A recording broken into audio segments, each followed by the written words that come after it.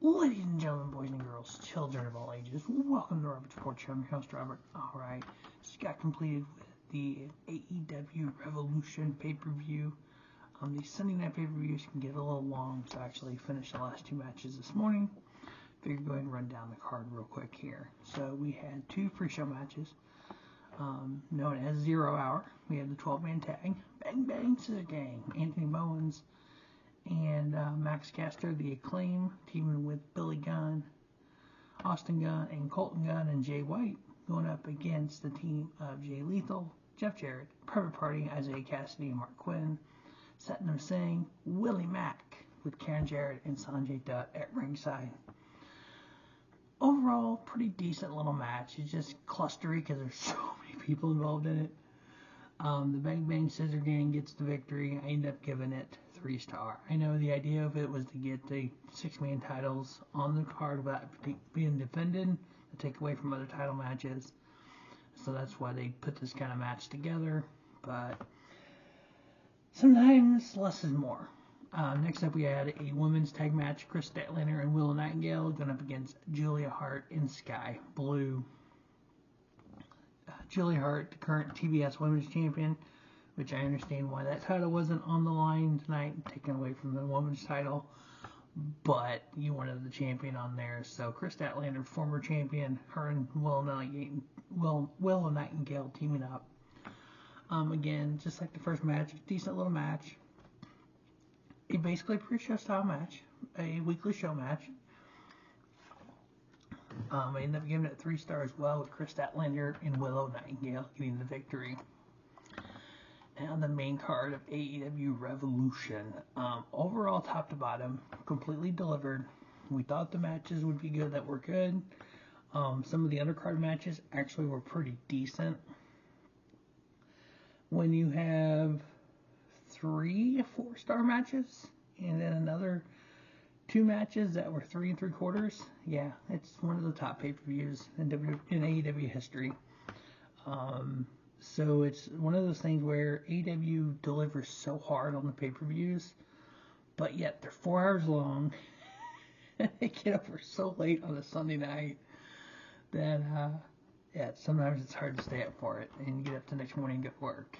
But we are able to finish it up, so we're gonna go ahead and go over it here. So AEW TNT title on the line to start out with. Christian Cage champion, along with Nick Wayne, Shayna Wayne, and Killswitch defending the title versus Daniel Garcia. As we all would imagine, Nick Wayne and Killswitch both got involved. Nick Wayne looked like almost like a cutter on Daniel Garcia on the off the ropes.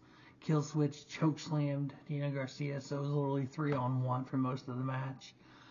With Christian Cage getting the victory. I was kind of hoping we would get a Adam Copeland return at the end, to try to set up something for those two. Hopefully next month at Dynasty, they announced the pay-per-view for April 21st in St. Louis at Sheaford's Arena. So, man, Adam Copeland and Christian Cage for the TNT title there, that'd be pretty cool. But Christian Cage retaining his TNT title here. I gave it 3.5. Next up, we had the American Triple Crown. We had the champion Eddie Kingston going up against Bryan, Danielson. This is the AEW Continental title, the New Japan Strong Openweight title, and the Ring of Honor World Heavyweight title. Comprising of that American Triple Crown. For Eddie Kingston growing up as a All Japan Wrestling fan, and the Triple Crown being one of the top titles there, and seeing wrestlers like an Ultimate Dragon holding like 8 different cruiserweight titles at one point together. Seeing the Triple Crown, like, at least for me as a fan of wrestling, is kind of cool, because that's 3 different organizations that are coming together. I know AEW owns Ring of Honor, but still New Japan involved. There's that relationship they have there. So this match was a hard-hitting, just from bell to bell, is just brutal. Kingston chopped that Bryan Danielson. He's like black and blue.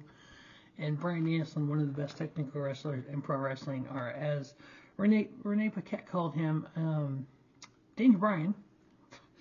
I'm like, what the hell? I didn't even catch it. My wife did, and she's like, she's calling Daniel Bryan, and it says Bryan Danielson. I go, well, his name is Bryan Danielson.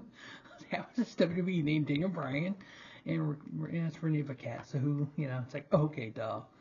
But this was a really, really solid match. 20 minutes of just brutal fight, and at the end, Eddie Kingston getting the victory. And the stipulation was, if Kingston beat Bryan Danielson, Danielson had to shake his hand and acknowledge him. And he did. He shook his hand at the end, the code of honor, go back to Ring of Honor days. And Eddie Kingston still, you're a Triple Crown champion. I gave this 3 3/4 star. Next up, we had which was supposed to have been a big meat match or something, but somebody got hurt, and so it became a number one contender all-star 8-man scramble match. We had Warlow, Brian Cage, Chris Jericho, Dante Martin, Hook, Lance Archer, and Magnus. Now, since this was a number one contender for the world title, you could literally go and go, okay, you know what? Dante Martin's not winning. Hook's a 50-50 shot. Lance Archer, yeah, they're not putting the title on him. And Magnus, they're not putting the title on him. So, in my mind, it came down to Warlow, Brian Cage, and Chris Jericho. I'm like, thinking about who champion is. I'm like, Jericho doesn't make a lot of sense. Brian Cage makes a little sense, but Swerve is in there, and they're both part of Mogul Embassy. So at the end of the day, I would have picked Warlow to win. Warlow did win. Now that kind of puts up a situation because he is a part of the Undisputed Kingdom, and so is Adam Cole going to want to push him to the world title? We'll see how that's all going to work. And then the fact that Warlow called out MJF in the past, and Warlow was screwed over by MJF. Does this mean we have an MJF return intimate on the way? So we'll see. But I ended up giving that match 3 1/4. Next up, we had the AEW International title on the line. Earlier in the night, backstage, Orange Cassidy had told Trent Beretta, Chucky T, and Raquel Romero to stay in the back. He would do it himself. Of course, Undisputed Kingdom, they would be out there. Matt Taven and Mike Bennett, they were out there on Roddick's side. This match was a very hard-hitting match. There was a big spot where they're on the top rope, and Orange came off the top rope, and it literally hit the center of his back, almost kind of his lower back, on the turnbuckle, on the rope there. It's like, that looked like it hurt. But, it was an okay match. It wasn't anything spectacular, but having Roddick Strong win, which is kind of expected to me. I think Orange takes some time off. They've been kind of pushing this title, the AEW International title, as the workhorse title, kind of what the Intercontinental title used to be for WWE. Roddy getting the victory, which is kind of cool. And at the end, we had Kyle O'Reilly come out, former member of the Undisputed Era, with Roddy, Adam Cole, Bobby Fish, and it looked like they were going to fight at first, and Roddy and Kyle O'Reilly embraced. They handed out an Undisputed Era shirt to him, offered it to him. He basically gave it back, put it back on the shoulder of Roddy, and walked away. So what I'm thinking they're going to end up doing, is kind of long term with this, is they're going to have a issue with the Undisputed Kingdom. You're going to have Roddy and Bennett and Taven on one side. You're going to have Cole, Fish, who else is part of it? Maybe Warlow on the other. Warlow separated, but Cole and Fish on one side, or Cole and O'Reilly on one side. Maybe bring back Bobby Fish and do kind of a 3-on-3. I can see them doing something like that now that O'Reilly's back. But we'll see where this turns out. But right now, your new AEW International Champion is Roddy Strong, part of the Undisputed Kingdom. I ended up giving this match 3.5. Next up, we had two of the top tag teams in professional wrestling, the Blackpool Combat Club, Claudio Castagnoli and Jon Moxley, going up against FTR, Cash Wheeler and Dax Harwood. Very hard-hitting blood feud was what this ended up being almost. Almost everybody was bleeding. It was just a fight in just 21 minutes of just beating the tar out of one another. The BCC ended up getting the victory, which I thought was kind of cool when they came out because they were in Greensboro, that Jim Crockett territory, the Road Warriors. They came out with the shoulder pads like the Road Warriors, and of course the announcers made a comment about it, and they talked about it on the and so I thought that was kind of cool, kind of homage to that territory back when the Jim Crockett promotion territory days. So I ended up giving that 3 3/4 with Blackpool Combat Club getting the victory by referee decision. Next up, we had the AEW Women's World Title line champion Toni Storm going up against Deonna Purrazzo. Mariah May came out dressed as the old Toni Storm, kind of like when Toni was in Progress back in the day. And it didn't look like her at first. And they zoomed in, I'm like, oh shit, that's not her. And then she came out in her, timeless Toni Storm. And this match really fell flat for me. I ended up giving it 3 1/4 overall, but it just didn't seem like they had chemistry. I don't understand why it fell flat to me. It was just like, it was just kind of there. We know big businesses in Boston. We know more than likely that's going to be Mercedes Moné debuting. I think the women's division is stacking up really well. There's still a lot of them. I just don't understand what's going on with Dr. Britt Baker. I don't know if she's kind of taking time off, why Adam Cole is recovering, what's going on there. But put Deonna and Britt Baker and Mercedes Moné, Toni Storm, Saraya, Kris. I mean, there's so many great women on this roster. So I know rumor has it that Mercedes Moné is trying to get a women's show started, which would be kind of cool. Maybe turn Rampage into an all-women's show. I know there's talks of the new media deal, so we'll see where that goes. Possibly they're adding pay-per-views, so maybe doing something with streaming with the new sports network, streaming network they're talking about with Max and ESPN and all that. So I think there's going to be a lot of good changes coming to the video side of AEW to pay-per-view side. I know this one, some people were saying on social they had some issues with the stream. I guess it was so bad that Tony Khan and Thriller TV opened up Thriller TV to the United States. So that was kind of different. I bought it on BR Live, didn't have an issue with it, so I don't know. But overall, this match was just, again, it fell flat. I gave it 3 1/4. Next up we had, for me as a wrestling fan since the mid-90s, this show kind of my all-time favorite with my current favorite. My all-time favorite is Sting, seeing his last match, and then my current favorite is Will Ospreay. So it's kind of both of them on the same card. I'm like, it's kind of like, for me as a fan, kind of that fandom, kind of the passing of the torch kind of deal. But Will Ospreay versus Konosuke Takeshita,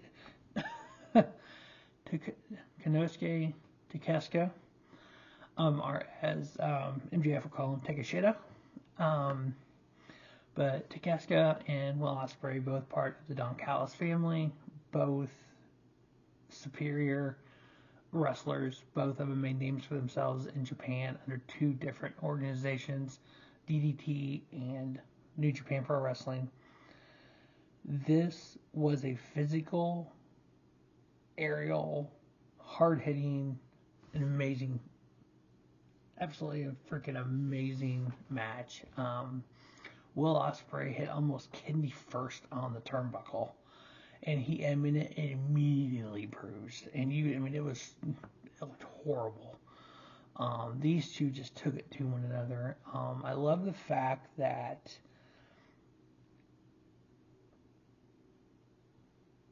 Ospreay hits the freaking elbow to the face on Konosuke. He kicks out. You get just these big old powerbomb. You get all this hard-hitting, just unbelievable spots, and these guys are kicking out of them. I know there was some times where there was some no-sell to it, and I saw some stuff online about that they weren't selling. Today's modern era of pro wrestling isn't about the storyline or the storytelling, selling, and all this. There's a few spots where it wasn't just a roll. It wasn't just a, gets his arm up. Ospreay was really just going like that, just kind of moving his shoulders just a little bit, just kind of rolling out of it. It wasn't that, kick up. So, I mean, they sold some. Yeah, there was some nose down. There was some, big moves that you were like, holy crap, that could get the victory, and it was a 1 count. Yeah, there was a lot of that.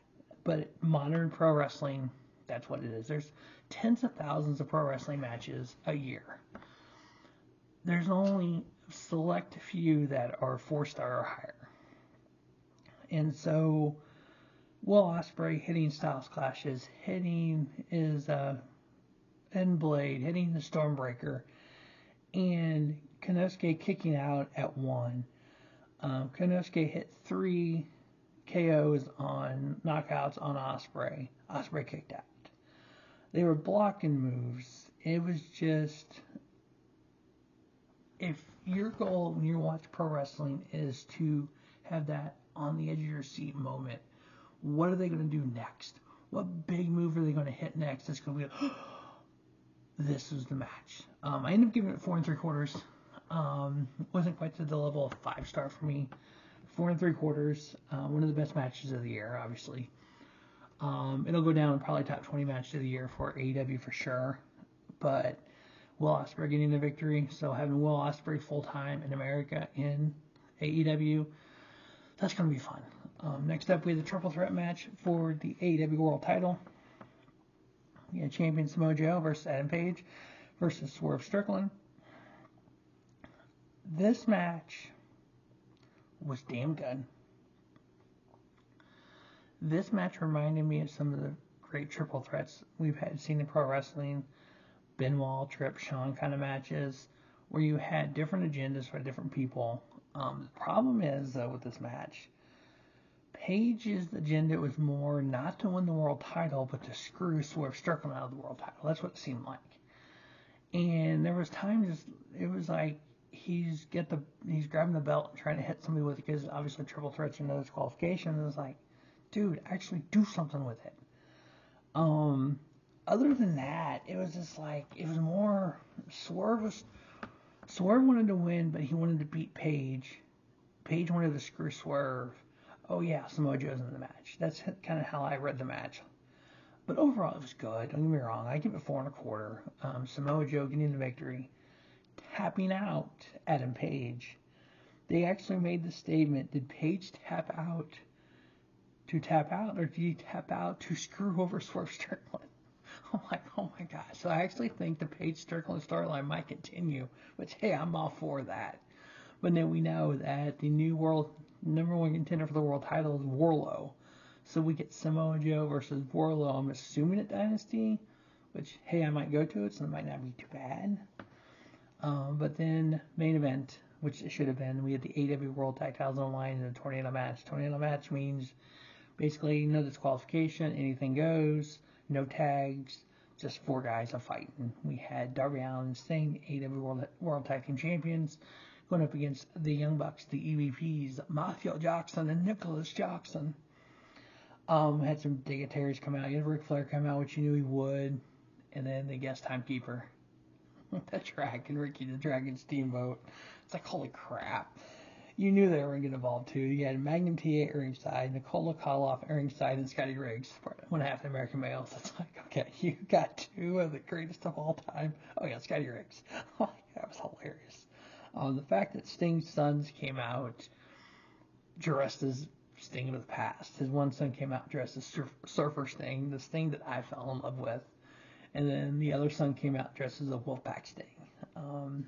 As a Sting fan, when the whole NWO started, and Sting's famous line, the only thing for sure about Sting is nothing's for sure. When everybody said he was going with NWO and he said he wasn't, the whole video package of him in the limo and it wasn't him, and he turns his back to the camera on Nitro and talks to the crowd and says this famous line, and then it turns into the Crow Sting where he came down to help WCW, and then that kind of migrated into he joined with the Wolfpack.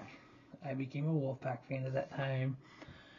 And then WCW happens, and the end happens. He goes over to TNA and has his run there, and then TNA, he goes to WWE and gets that one WrestleMania match, and then he gets hurt, and then makes the comeback at AEW. They booked him perfectly because of all that. 28-0, 29-0, retiring as AEW World Tag Team Champion. No better way to let Sting go out. But having Magnum TA, Nicole Koloff, Ricky Steamboat, Ric Flair all at ringside was kind of cool. Darby Allin started off as in the torpedo. I mean, before the bell even rang, as the bells ring, he's torpedoing through the ropes, taking out the Young Bucks.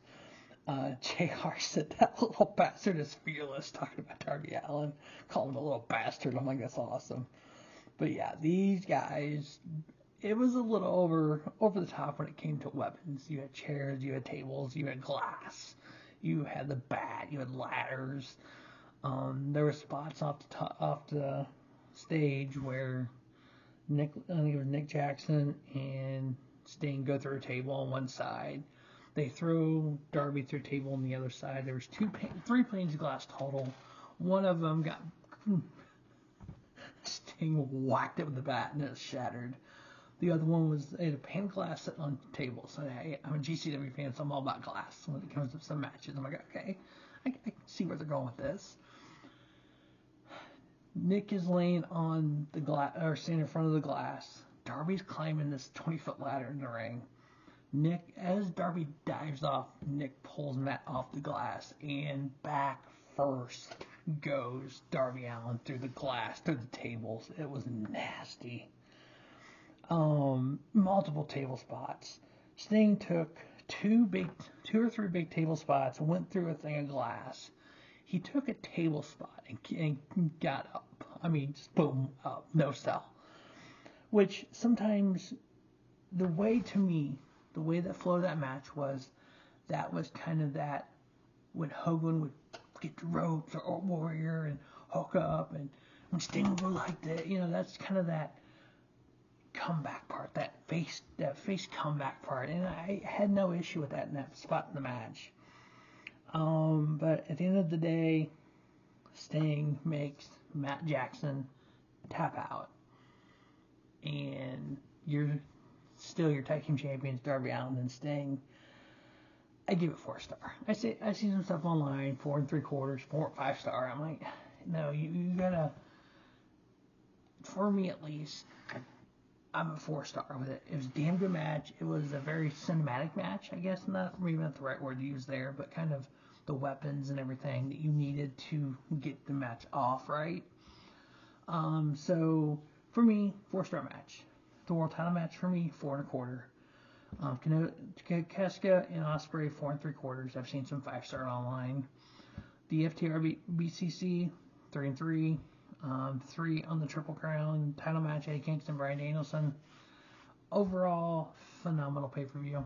I can't say anything bad about it. A little bit of no selling, but that's the way professional wrestling is in 2024. Well, that is going to wrap up the AEW Revolution. Stay tuned to Robert Sports Show. We got some GCW stuff this week, maybe a House of Glory show.